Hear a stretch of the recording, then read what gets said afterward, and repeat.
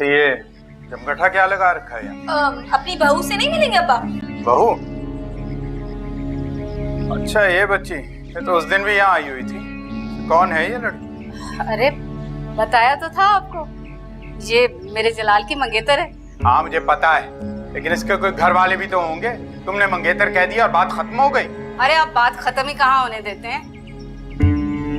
अब्बा हम पे तो इतनी पाबंदियां लगाता है ये, और इस लड़की को कैसे अपने साथ ले लेके घूम रहा है, यहाँ तक के घर ले आया। तुम चुप करो, ये मेरा मामला है। अच्छा, अपनी बारी में ना ऐसे ही तकलीफ होती है। अरे तुम दोनों अपनी बकवास बंद करो,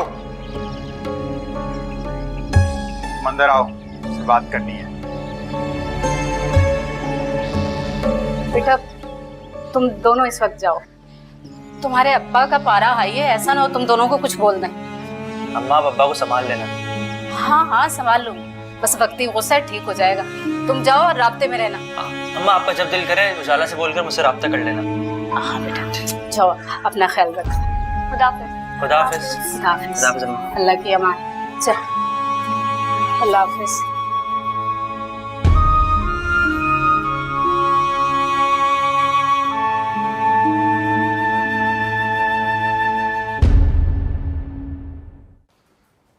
आप कहीं जा रही हैं? हाँ मैं थोड़ी देर के लिए बाहर जा रही हूँ। ठीक है, सही हो गया। ओके, खुदा हाफिज। खुदा हाफिज।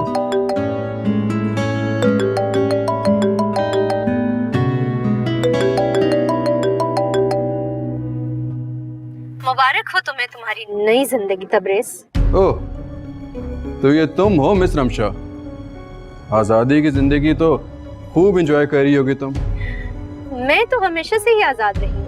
आई नो, तुम्हें तो रिश्तों की खूबसूरत जंजीरें भी कैद नहीं कर सकी।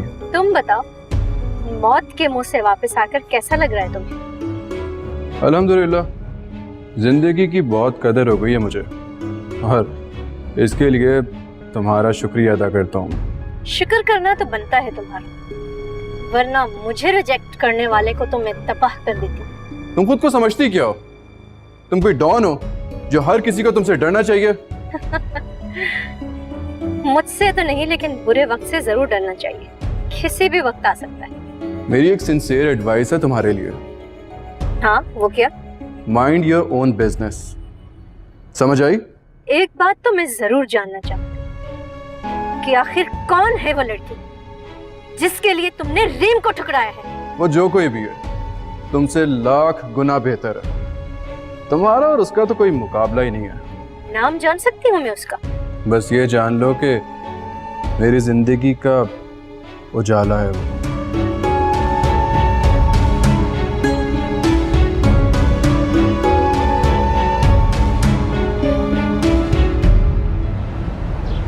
रुखसत कराई तुम अपने बेटे और बहू को?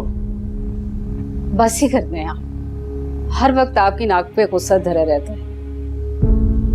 नाक अब बची कहाँ है? वो तो तुम्हारी औलाद ने कटवा दी। अच्छा बात क्या करनी थी? वो शमा को तुम छोड़कर नहीं आए?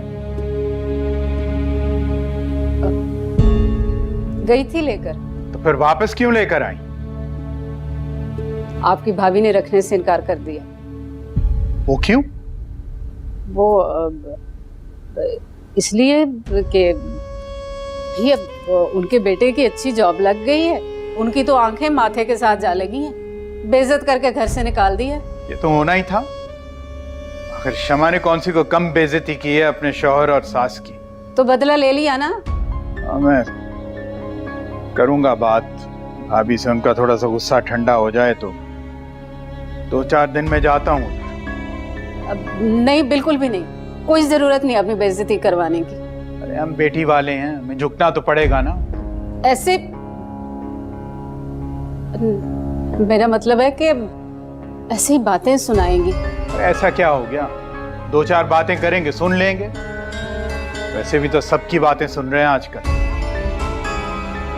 ठीक है, जो मर्जी करें।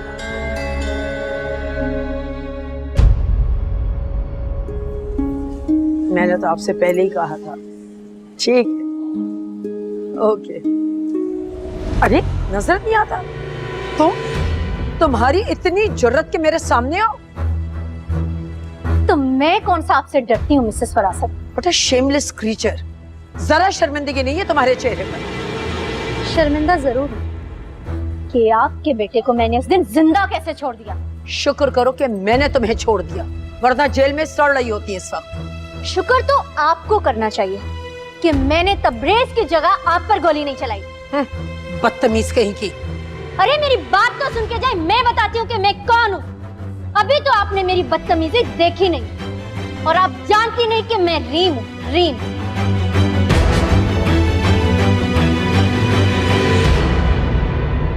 तबरेज फरासत।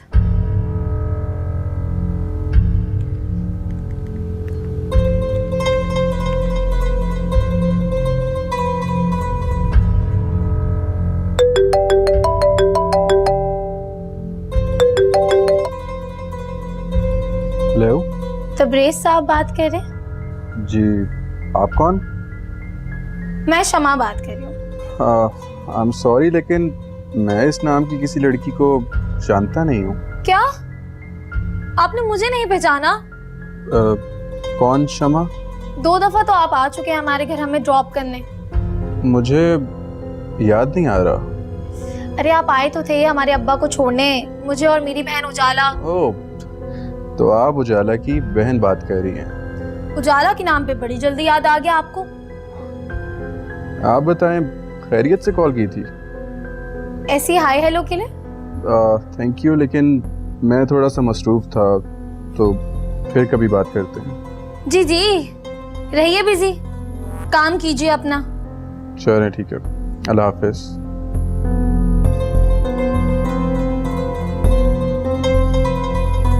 कुछ ज्यादा ही नखरे हैं इसके, तेवर ही नहीं मिल रहे थे।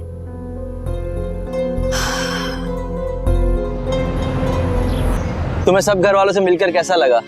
बहुत अच्छे हैं सब, खासकर तुम्हारी उजाला बाजी, वो तो लच्छे जैसी मीठी है। लेकिन क्या?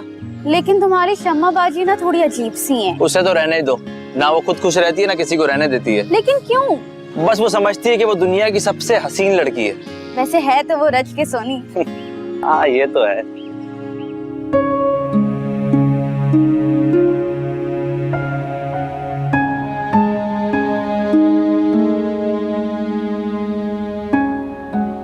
परेशान है, मुझे पता था उस नागिन ने फिर कुछ किया होगा। जानती थी मैं उसको, मुझे पता था कुछ ना कुछ जरूर करेगी वो। अरे माँ, किसकी बात कर रही हैं? अरे किसकी करनी है? शमा की। वही है हमारे खानदान की पिछल पैरी। ऐसा कुछ नहीं। दफ्तर से बैंक पैसे लेके जा रहा था, रास्ते में डाकू पड़ गए, लड़ाई हुई उनसे, लोग जमा हो गए और वो भाग गए, वरना आज पैसे भी जाते और जान भी। या अल्लाह तेरा शुक्र है, मेरे इकलौते बेटे की जान बच गई। खुदा गारत करे इन डाकुओं को। अच्छा एक बात बताऊं, मैंने ना तस्वीरें तबर्रुक के तौर पे पूरे मोहल्ले में बांट दी हैं। इस सब की क्या जरूरत थी अम्मा?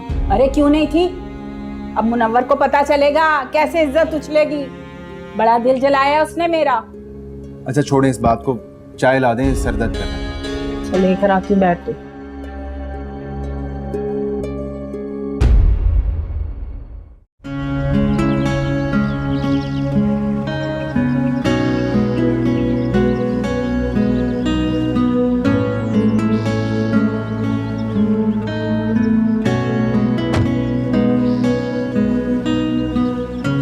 अस्सलाम वालेकुम, आए बैठे। क्या हुआ मॉम, आप इतने गुस्से में क्यों? और आप तो मॉल शॉपिंग करने गई थी ना? वहाँ पे वो पागल लड़की जो मुझे मिल गई। कौन? रीम और कौन? एक नफ्सियाती मरीजा पागलों जैसी हरकतें कर रही थी मॉल में, और फिर मुझसे भी बदतमीजी की उसने। उस लड़की की इतनी हिम्मत कि आपसे बदतमीजी करे? आपसे बदतमीजी उसको बहुत महंगी पड़ेगी। मॉम चाबी दें। तुम कहाँ जाओगे? मॉम चाबी दें। अरे रमशा सही तो उसकी औकात क्या दिलाने? बेटा, जाओ दरवाजा खोलो।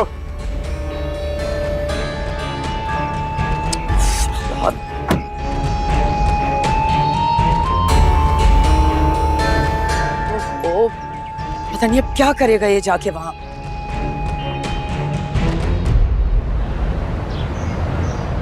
हिना, तुम देखती उस ओल्ड लेडी का मुंह कैसा हो गया था। और मुझे कोई इरिटेट करे तो तुम्हें तो पता है कि मैं किसी को नहीं छोड़ती।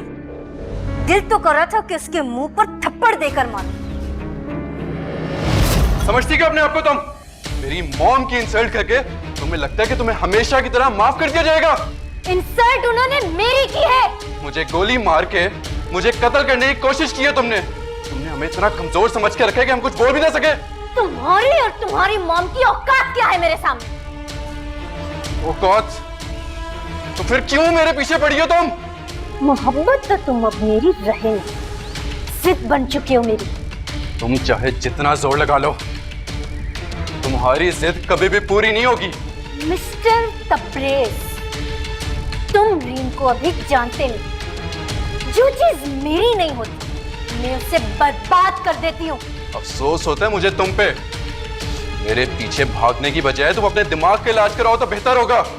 तुम्हारी हिम्मत कैसे हुई मुझे पागल करने की? पागल तो बहुत छोटा वर्ड है। यू आर मेंटली सिक। मेरी तरबियत मुझे इजाजत नहीं देती कि मैं कुछ करूं, वरना तुम्हें 2 सेकंड में ठीक कर देता। मेरे घर पर खड़े होकर तुम मुझे थ्रेट कर रहे हो। मैं थ्रेट नहीं कर रहा, लास्ट वार्निंग दे रहा हूं। Stay away from me and my family.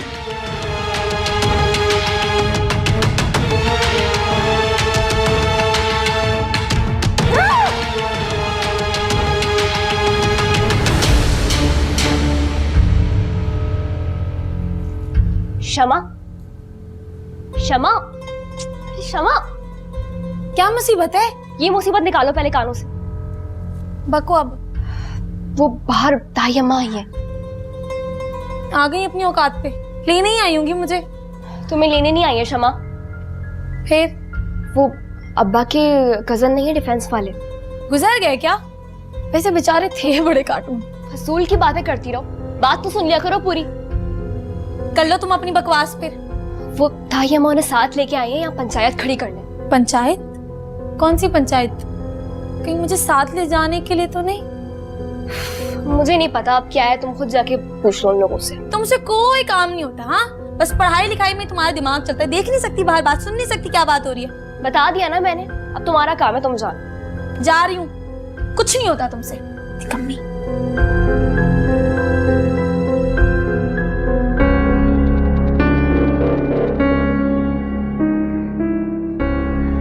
रीम, ये तबरेज इतने गुस्से में क्यों गया? और तुम्हें क्या हुआ है? धमकी देने आया था वो मुझे यहाँ। किस बात की धमकी? उससे शदीद गुस्सा और गम है अपनी मॉम के इंसल्ट का। तुम कहना क्या चाह रही हो? ओह माय गॉड, तुम फिर कुछ करके आई हो? तो मॉम मैं क्या करूं? सब लोग खुद ब खुद मेरे रास्ते में आ जाते हैं और मुझे कुछ ना कुछ करना पड़ता है। रीम, मैं तुम्हारा क्या करूं?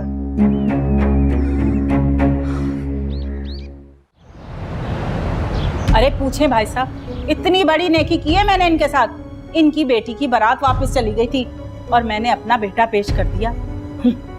ना कोई जहेज मांगा और ना कोई डिमांड की। ये तो सारे खानदान को पता है, अगली बात करो। अरे अगली बात क्या बताऊं? इनकी बेटी की जब से शादी हुई है उसने हमारे नाक में दम किया हुआ है। यहाँ तक के उसने तो तैमूर के साथ इतनी हाथापाई की है। ये तो शरीफ लड़कियों के लक्षण नहीं है मुनव्वरिया। भाई साहब, आप तो जानते हैं ये शरीफों का घर है और इसके अंदर बेहतर ये होगा कि हम इस मामले को बैठ के सुलझा लें। बस भाई साहब बस, बहुत शराफत देख ली। शराफत तो बेच के खा गए ये लोग। बेटा इनका डाकू बन के पूरी दुनिया को लूट रहा है और बेटी उफ, तौबा, बेहयाई है बेहयाई। तौबा इस्तगफार। तुम लोगों का कोई कंट्रोल है औलाद पे कि नहीं? भाई तुम्हारी ना सही, हमारी इज्जत तो है ना पूरे शहर में, और तुम लोग भी हमारी वजह से जाने पहचाने जाते हो। लोग तुम पे ही नहीं हम पर भी थूकेंगे। भाई साहब, मैं तो क्षमा को बहुत समझाता हूँ और थू तो हो रही है भाई साहब। क्या क्या बातें कर रहे हैं ये दोनों मियाँ बीवी? तो शुतुरमुर्ग की तरह रेत में सर दबाकर बैठ गए हैं। लोगों को तो मुंह मुझे देना पड़ता है, किस किस का मुंह बंद करेंगे हम? ठीक किया ना मैंने मॉम। जी, ये क्या किया तुमने? क्या किया? उनको पता नहीं था कि मैं रीम हूँ, Reem. Just keep this in mind, तुम तबरेज पे गोली चला चुकी हो, अब तुम क्या एक्सपेक्ट करती हो कि तुम्हें वो फूलों का हार पहनाएगा? क्यों? तो आप भी उनका साथ देंगी? मैं अभी भी तुम्हारी साइड पे हूँ, मैं तुम्हें किसी बड़े नुकसान से बचाना चाहती हूँ। पहले तो आप हर काम में मेरा साथ देती थी और अब उनका साथ देंगे? हाँ देती थी, लेकिन वो मेरी गलती थी। प्लीज ट्राई टू अंडरस्टैंड रीम, अब हमारी पोजीशन कमजोर हो चुकी जब से तुम्हारे पापा की डेथ हुई है। मैं वीक नहीं हूँ। Okay, just relax. कल सुबह 10 बजे डॉक्टर से तुम्हारा अपॉइंटमेंट है। अपॉइंटमेंट? किस लिए? Reem, I think you are under stress. क्या आप समझती हैं कि मैं पागल हूँ? बेटा, मैं बिल्कुल नहीं समझती कि तुम पागल हो, लेकिन प्लीज एक साइकोथेरेपी टेस्ट से you will start feeling better. तुम जाकर तो देखो। I hate you. रीम, रीम, रीम, मैं